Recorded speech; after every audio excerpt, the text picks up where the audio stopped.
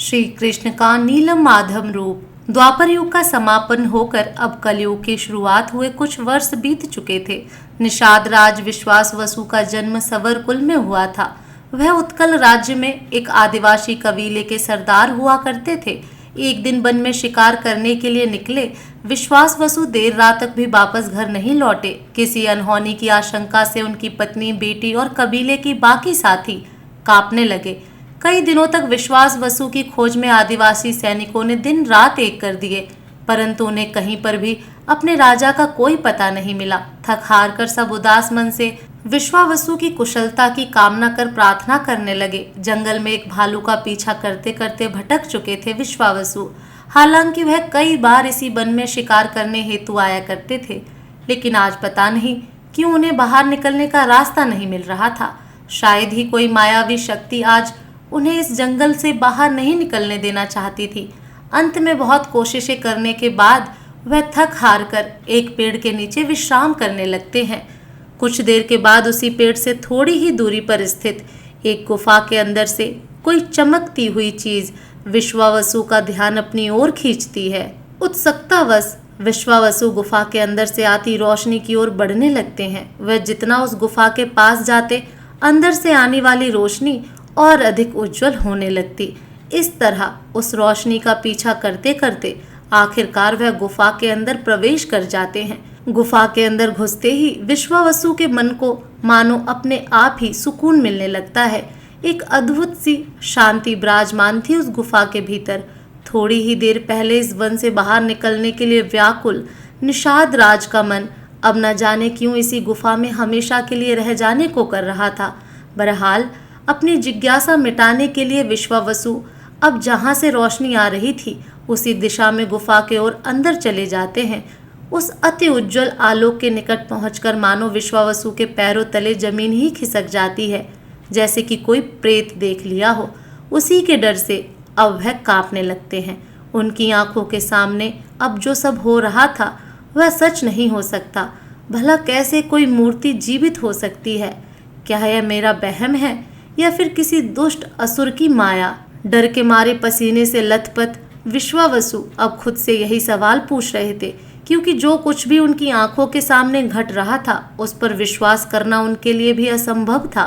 विश्वावसु के सामने एक गहरे नीले रंग की मूर्ति रखी हुई थी, जिससे लगातार तेज रोशनी निकल रही थी। हैरान कर देने वाली बात यह थी कि उस मूर्ति की आंखें खुली हुई थीं और किसी जीवित मनुष्य की भांति उसकी पुतलियां भी जीवित थीं। रह रहकर वह मूर्ति विश्वावसु को देखकर मंद मंद हंस भी रही थी। यदि कोई साधारण मनुष्य होता तो यह सब देखकर शायद भय से उसके प्राण ही निकल जाते, लेकिन निषाद राज ने हिम्मत नहीं हारी। अपने अंदर शेष बचे सारे साहस को एकजुट कर वह मूर्ति की ओर देख रहे थे। कौन हो तुम? क्या चाहते हो? मुझे क्यों अपनी माया का शिकार बना रहे हो? विश्वावसु ने उस मायावी मूर्ति से प्रश्न किया। बिना उत्तर दिए ही वह मूर्ति केवल मंद मंद मुस्कान कर रही थी, जिसे देखकर विश्वावसु और आतंकित हो रहे थे। मुझे पता है तुम ही मुझे यहाँ लाए हो। अब लाए हो तो बताते क्यों नहीं? क्या चाहिए मुझसे? यदि मेरे प्राण लेने हैं तो ले लो और खत्म करो। यह क्या बेकार ही मुस्कुरा रहे हो? गले में डर के मारे दबी हुई आवाज में विश्वावसु ने फिर मूर्ति से सवाल किया। इतनी जल्दी मुझे भूल गए?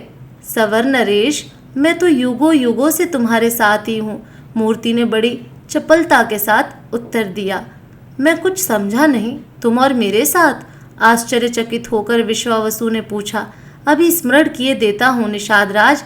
मूर्ति के ऐसे कहने के साथ ही अब उस गुफा में वेद मंत्रोच्चारण की ध्वनि गूंजने लगी। सारे वातावरण में तुलसी और चंदन की सुगंध महकने लगी। विश्वावसु को अब ऐसा प्रतीत हो रहा था कि मानो वह किसी हवन के पास खड़े हुए हों। धीरे धीरे उन्हें एक असाधारण चेतना का एहसास होता है और उनकी आंखों के सामने रामायण और महाभारत काल की घटनाएं चित्रित होने लगती हैं। अब कोई संदेह नहीं था मन में। आंखों से खुशी के आंसू टपक रहे थे। विश्वावसु के इतने वर्षों बाद अपने प्रभु को स्वयं के सामने देख फूले नहीं समा रहे थे। सवर राज त्रेता में बाली, द्वापर में जारा और अब कलयुग में विश्वावसु बने इस महान विष्णु भक्त के सामने उसके आराध्य श्री हरि स्वयं नील माधव की मूर्ति बने खड़े थे। हे भगवान, अहो भाग्य मेरे, जो मुझे इस जीवन में भी आपके चरणों की सेवा करने का पुनः अवसर मिला। मैं तो धन्य हो गया केशव। विश्वावसु ने नीलम माधव की ओर देखते हुए कहा, जब तुमने वाण चलाकर द्वापर युग में मुझे मेरे नश्वर शरीर से मुक्ति दिलाई थी, तब मैंने कहा था कि तुम ही आने वाले युग में मेरे आद्य सेवक बनोगे। अब वह समय आ चुका है। इसी नीलकंदर गुफा में नील माधव के रूप में मैं अवतरित हुआ हूँ। कलयुग में जब अधर्म अपनी पराकाष्ठा पार कर जाएगा, तो हे विश्वावसु, मैं अपना कल की अवतार लूंगा। तब तक यही मेरा माधव रूप ही कलयुग के सकल प्राणियों के लिए पूजनीय होगा। यह कहकर भगवान नील माधव ने विश्ववासु को अपने धरावतरण का उद्देश्य समझाया। हे भगवान, मैं तो आपका दास हूँ, जो प्रभु की इच्छा वही होगा। यह कहकर विश्वावसु भगवान नील माधव की सेवा में लग गए। इसी बीच बहुत दिन बीत चुके थे और विश्वावसु का परिवार उनके जीवित होने की आशा अब छोड़ चुका था। यहाँ तक कि कबीले में भी नए सरदार का चुनाव व नियुक्ति की जा चुकी थी। भगवान नील माधव ने इन सब की सूचना विश्ववासु को दी और उनके बिना उनके परिवार का क्या हाल हो रहा है वह भी बताया। राजा और पिता के तौर पर अपने कर्तव्य के प्रति सचेत रहते हुए ही वह भगवान की सच्ची सेवा कर सकते हैं। यह कहकर भगवान नील माधव ने उन्हें गुफा से जाने की आज्ञा दी। जाते हुए यह निर्देश भी दिया कि यहाँ आने की अनुमति केवल विश्ववासु को ही है और जब तक वह न चाहे विश्ववासु इस नीलकंदर गुफा के बारे में किसी को कुछ भी नहीं बताएंगे। सवर नगरी की सीमा में घुसते ही लोग अचंभे में विश्ववासु को देख रहे थे। चूंकि उन्हें लगा कि वह मर चुके थे, उनका परिवार अब विश्ववासु को देखकर खुशी से झूम उठा।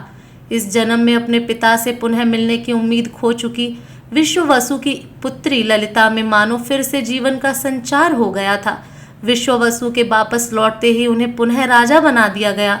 अब राज्यभार संभालने के साथ साथ वह रोज ही नीलकंदर गुफा में जाकर भगवान नील माधव की सेवा भी करते। धीरे धीरे नीलकंदर पर्वत पर विश्ववासु का रोज जाना प्रजा में संदेह का कारण बन गया। रानी व राजकुमारी ललिता भी अपने पिता के इस अद्भुत व्यवहार का कारण जानना चाहती थी, परंतु विश्ववासु जो वचनबद्ध थे किसी को भी भगवान के बारे में नहीं बता सकते थे। मगर एक दिन उनसे रहा नहीं गया और उन्होंने अपने परिवार और प्रजा को भगवान नील माधव की उपस्थिति के बारे में सब कुछ बता दिया। लेकिन अभी भी वह अपने पहले वचन पर अडिग थे कि उनके अलावा और कोई भी भगवान के दर्शन नहीं कर सकता। अतएव कितना कहने पर भी राजा ने किसी को नीलकंदर गुफा तक पहुंचने का रास्ता नहीं बताया। इसी बीच बहुत वर्ष बीत गए। अवंती राज्य में एक परम विष्णु भक्त महाराज इंद्रधुम्न ने सिंहासन आरोहण किया। वह अपने आराध्य के प्रति पूरी तरह समर्पित थे और किसी भी तरह से श्री हरि के साक्षात दर्शन पाने की मनोकामना रखते थे। एक कान से दूसरे कान तक फैलते फैलते अब नीलकंदर गुफा की कहानी राजा इंद्रधुम्न तक भी पहुंच गई। जब उन्हें पता चला कि श्री हरि विष्णु पूर्णतः जीवित रूप में वहां पर निवास कर रहे हैं, तो उनसे अब रहा नहीं गया। वह नीलम माधव के दर्शन करने को अब व्याकुल हो उठे। अपने मंत्री विद्यापति को बुलाकर वह उनसे सलाह करने लगे। विद्यापति को भी नीलकंदर गुफा की कहानी पता थी। वह जानते थे कि सवर राज विश्ववसु के अतिरिक्त वहां का रास्ता किसी और को नहीं पता तथा वहां पर किसी और का प्रवेश भी वर्जित है। ऐसे में नीलकंदर तक पहुंचना असंभव था। अतएव उन्होंने इंद्रधुम्न को इस इच्छा का त्याग करने का परामर्श दिया, परंतु इंद्रधुम्न नहीं माने। उनकी जिद के सामने विद्यापति को हार माननी पड़ी। अतः विद्यापति ने राजा से उन्हें पहले भेजने के लिए कहा ताकि वह गुफा की खोज कर वापस आ सके और फिर राजा को दर्शन करवा सके। इंद्रधुम्न को यह सुझाव बहुत पसंद आया और उन्होंने तुरंत ही विद्यापति को उत्कल राज्य भेज दिया। उत्कल देश में पहुंचकर विद्यापति विश्ववसु की नगरी की ओर जाने लगे। वह बस सवर नगरी पहुंचने ही वाले थे कि उन्हें अकेला पाकर लुटेरों ने उन पर आक्रमण कर दिया। यद्यपि विद्यापति एक शूरवीर तथा तलवार चलाने में निपुण योद्धा थे, परंतु संख्या बल के आगे उन्हें अपनी हार माननी पड़ी। लुटेरों ने उनका सारा धन, अस्त्र शस्त्र, आभूषण तथा उनके अश्व को भी लूट लिया तथा उन्हें बुरी तरह से आहत कर रास्ते पर ही छोड़ शायद उनकी मृत्यु का समय निकट है। यह सोचकर विद्यापति बेहोश हो जाते हैं। उनकी नींद अगले दिन किसी की कुटिया में खुलती है। अवश्य भगवान नील माधव की कृपा है आप पर, जो मैं वहाँ ठीक समय पर पहुँच गई, अन्यथा न जाने क्या होता। किसी स्त्री की सुमधुर आवाज अब विद्यापति के कानों को तृप्त कर रही थी। कौन हो आप और मैं यहाँ कैसे आया? दर्द से भारी सिर को पकड़े हुए विद्यापति ने पूछा। मैं ललिता हूँ, सवर राज विश्वावसु की पुत्री। कल आप अचेत अवस्था में मुझे नगरी के बाहर मिले थे। पूरी रात वैद्यों ने आपका उपचार किया है, तभी आपका जीवन बच पाया।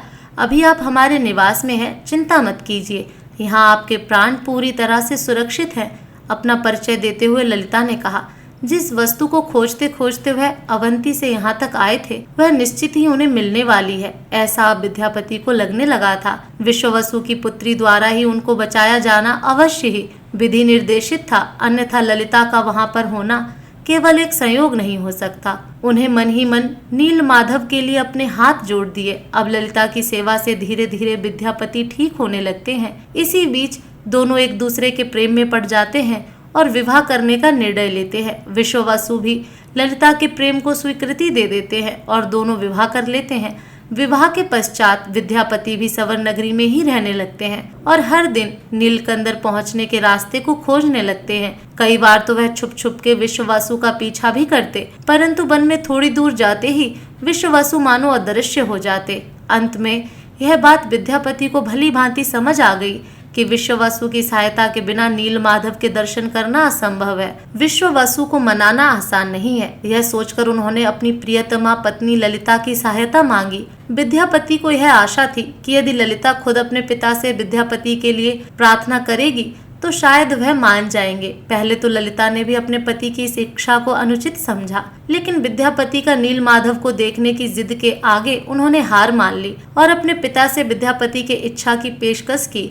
यद्यपि भगवान की आज्ञा की अवहेलना करना उन्हें गवारा नहीं था, लेकिन विश्ववसु भी पुत्री मोह के सामने एक बार के लिए दुर्बल पड़ गए। ठीक है, मैं तुम्हें केवल और केवल एक बार के लिए भगवान नील माधव के दर्शन करवा सकता हूँ, लेकिन मेरी एक शर्त है।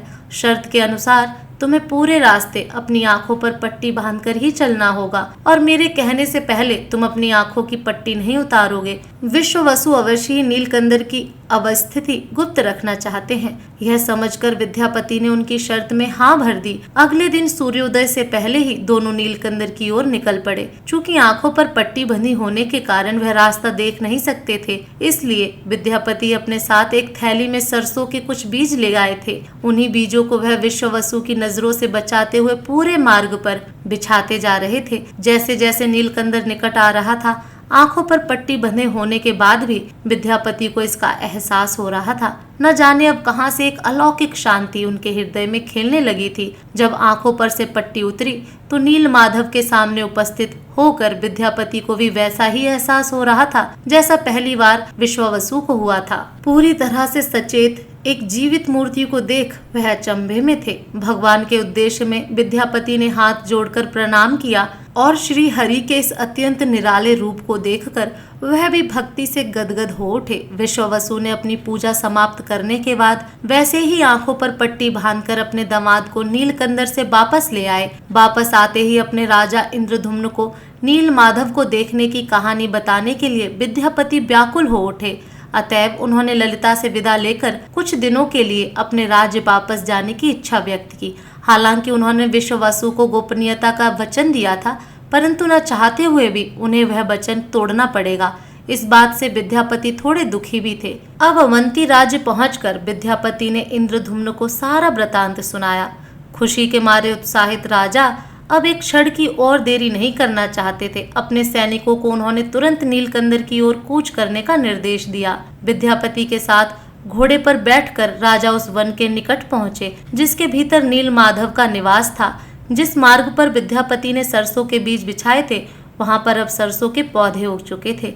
रास्ता पहचानने में अब विद्यापति के द्वारा की गई यह बुद्धिमत्ता काम आने वाली थी। राजा और सारे सैनिक उन पौधों के द्वारा बनाई गई पगडंडी का अनुसरण करते करते नीलकंदर गुफा के अंदर पहुंचे। परंतु यह क्या, ना ही अब वहां कोई दिव्य रोशनी थी और ना ही तुलसी चंदन की सुगंध।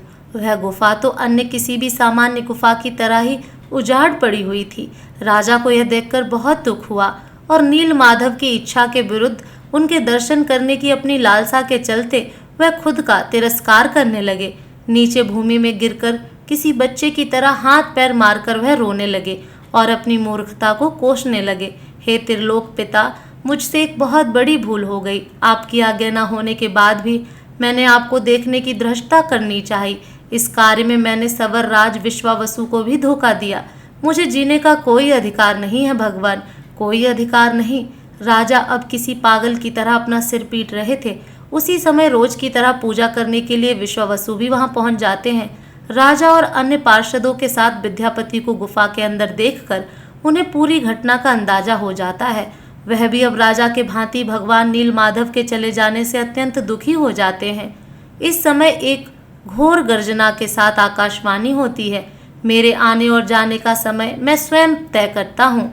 नीलकंदर में मेरा प्रकट होना तथा यहाँ से अदृश्य हो जाना मेरे द्वारा ही निर्धारित है। विश्वावसु, इंद्रधुम्न, तुम अपने अपने राज्य लौट जाओ। उचित समय आने पर मैं स्वयं ही तुम्हें सूचित करूंगा। यह आकाशवाणी सुनने के पश्चात अब किसी के भी मन में कोई संदेह नहीं था।